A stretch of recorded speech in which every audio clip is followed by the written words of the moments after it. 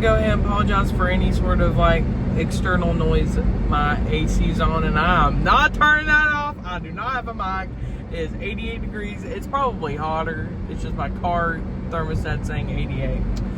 Well, I came on here because I don't really have a video idea right now. So I'm just kind of speaking off the cuff and what's kind of been on my mind here recently. And the one thing that's really been on my mind is time investment.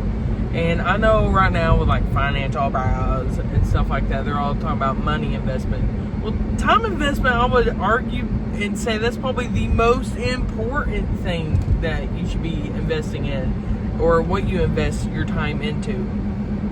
Because people unknowingly, and I'm very guilty of this myself, I'm trying to be more conscientious about it, are putting their time, their free time, into kind of stuff that's not good, or just useless stuff that's not that important in the grand scheme of things. And I know people will be like, yeah, you use this time to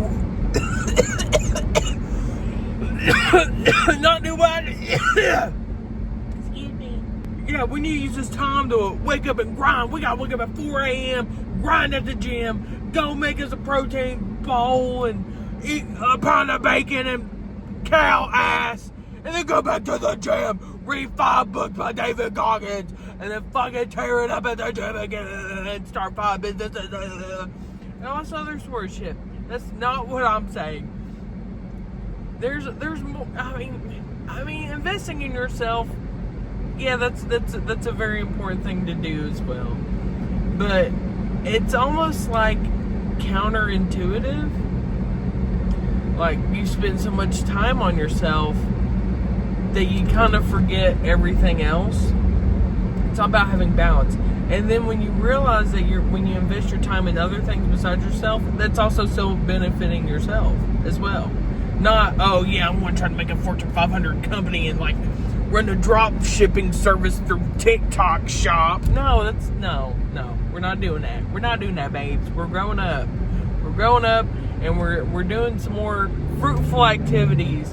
Like, I know it's kind of also cliche to say, well, we gotta tap into our creativity, guys. I mean, yeah, that's also very important to create, especially in times like this when AI is on the rise. But what I mean is, spend time with the people that matter to you most. Spend time on yourself, learning how to respect yourself, and learning how to set boundaries for yourself. Top tier activities. I know that sounds boring as shit and people just want to get a quick dopamine fix. I get it. You can also squeeze time in for that too. But for a long time, I really hated the whole just journal thing. But then I tested it. I did it. And it's actually very helpful. And people will be like, oh, I get secondhand embarrassment just reading what I wrote, and I don't want to read that. And that's fair. You don't have to read it. That's why they have the burn book. You ever watch Mean Girls? I know, a completely different thing, but just take a journal, write stuff in it. Write how you feel, because I know in times like this, especially in America, a lot of us can't go to therapy. I can't go to therapy right now. And just writing how I feel in a journal, a notebook. I keep a car journal. Just write how I feel in it, and just like getting it out of my head and onto something that I'll probably never read. Or if you do want to read, and not to necessarily cringe at, but like to kind of see how you've grown since then. I've learned some valuable lessons from that as well. I've read an old journal that I found of mine from like a couple of years ago when I was in college before I dropped out. And I was looking back at myself during that time, and I realized how much I've changed since then, but how also I was repeating a lot of the same patterns and just didn't realize it, or was ignoring the fact that I wasn't becoming aware of old patterns or reoccurring patterns. And that was like an eye-opener for me. Like, damn, I've really been doing the same shit for the past few years. And then that made me realize you gotta feel it to heal it, baby. You gotta feel that shit to get through that shit. You gotta dump that shit! You gotta dump that shit! That's another important thing to do with your time, in my opinion. If you can't go to therapy, feel it to heal it. And I know it's so easy, because I'm also guilty of this too. It's so easy just to, I'm having a rough day. Let me go have a beer. Let me have 2 beers. Let me have a half a case of beers. 3 beers, 4 beers, 5 beers, 6 beers, 7 beers, 8 beers, 9 beers, and a Bloody Mary. Then you just kind of bypass all the emotions, and then you feel worse the next day because, I feel worse the next day because I'm like, I drank too much. Is that healthy? No. But I don't do that often, and it's not a good coping mechanism to have. And what I found out is that the majority of emotions that one feels, majority, not all, lasts up to 90 seconds. That's like 3 minutes, right? Wait a minute. No, that's a minute and a half. I'm sorry. Ignore that. But most feelings only last 90 seconds. And if you don't add any fuel to that fire, like, because I know sometimes when, like, let's say I'm mad and, like, someone did me wrong, I'll be like, well, this person's a bitch and they shouldn't have done that to me.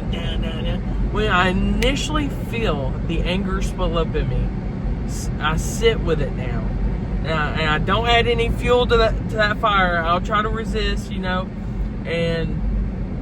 like, I'll like, try to calm the waters, so to speak, and just feel it and identify where I feel it at, and then feel it to the maximum degree without reacting to it, if that makes sense. You want to feel it but not react to it.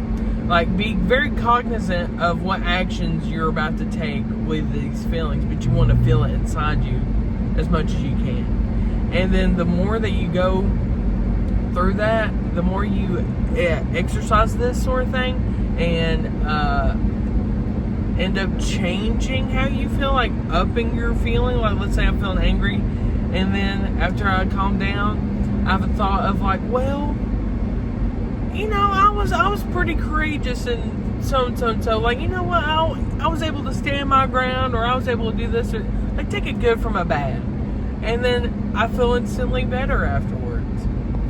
And that I feel like that's an important thing. That's an important tool that people should have. And I didn't learn this until like here recently. And another thing with investing your time is,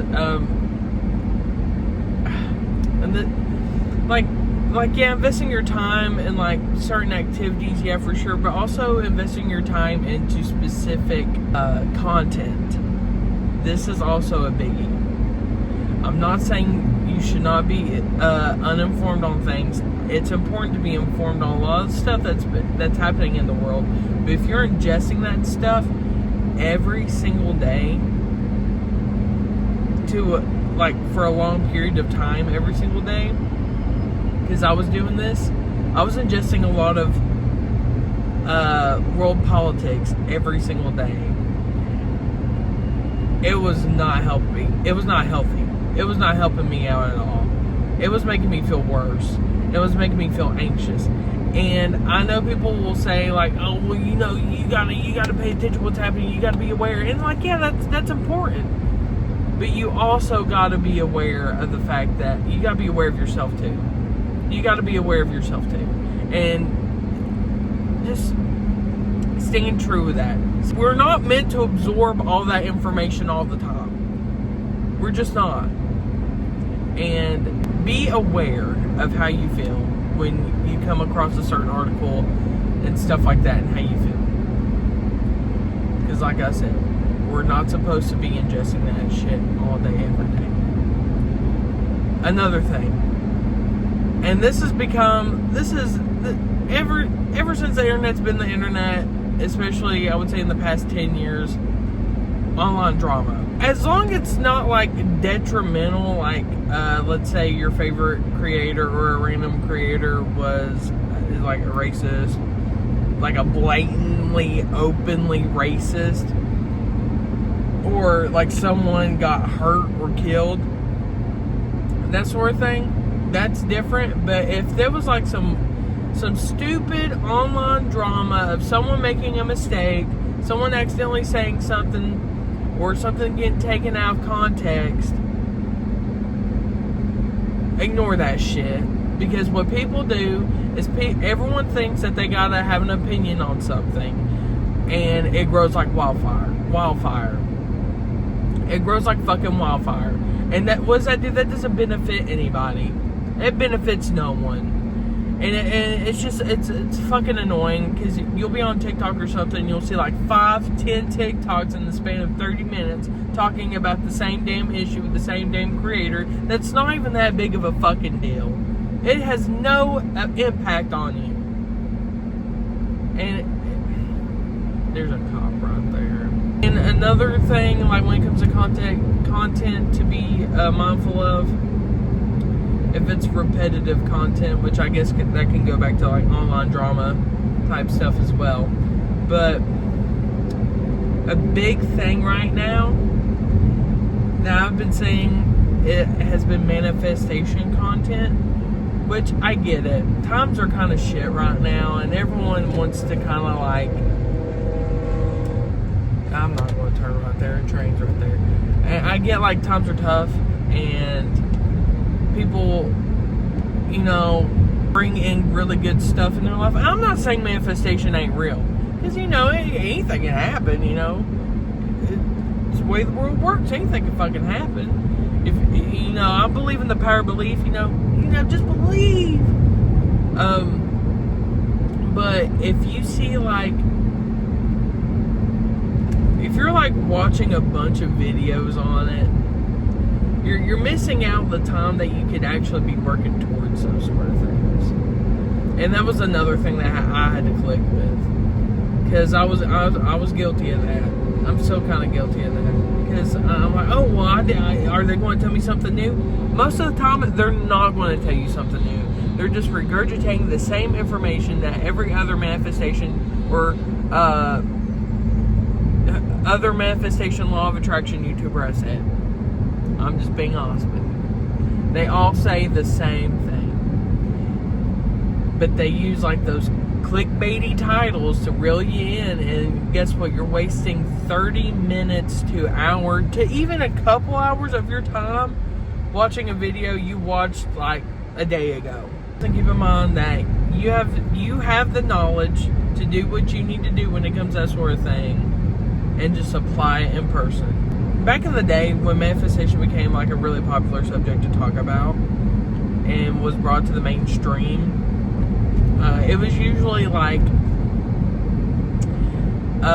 new age astrologer witchy people talking about, which, you know, that's cool. That's cool. I'm low-key kind of like that. I get jiggy with those people. But nowadays, it's like anyone that watched like a couple videos and knows exactly what to say, and it's usually like really like tech bros and their fucking Honda Civic, their souped up Honda Civic or some shit like that, talking in their car like how I'm talking in my car, and just saying like, oh yeah, you gotta believe it's true, and you'll get your specific person, your ex and stuff like that. They'll use like these buzzwords, and you're just investing your time into, like, I don't know, and they profit off your time. They profit off your time. And you just got to be careful of who you invest your time in when it comes to content as well. To be the person like, well, you know, don't judge a book by its cover, then judge a book by its cover. But they're just in it to make a quick buck, and they're not going to give you anything foundational. They're just going to throw out some buzzwords and keep you hold and repeat the same shit for 10 minutes. Now, so what have we learned so far? invest your time appropriately amongst different activities, like being creative and working on yourself, but also working on your mental state. Make sure that you're not investing too much on online drama or any at all, because it's not applied to you. It does not have any impact on you. 2, manifestation YouTubers and stuff like that, or informational YouTubers that repeat the same stuff. Watch a couple videos and move on. Also, another thing, political stuff. Yeah, be aware of what's going on in the world, but don't invest every single day into it. Like hours into it every single day. Unless that's what you do for work. I should have said that earlier. But, if that's something you gotta do for work, that's something you gotta do for work. Let me see. Well, try not to lose the big sight of things. Like, stay true to yourself always. Always do what's in line with your greatest good. Always try to better yourself in any way you can that you have full control over. There's a police officer.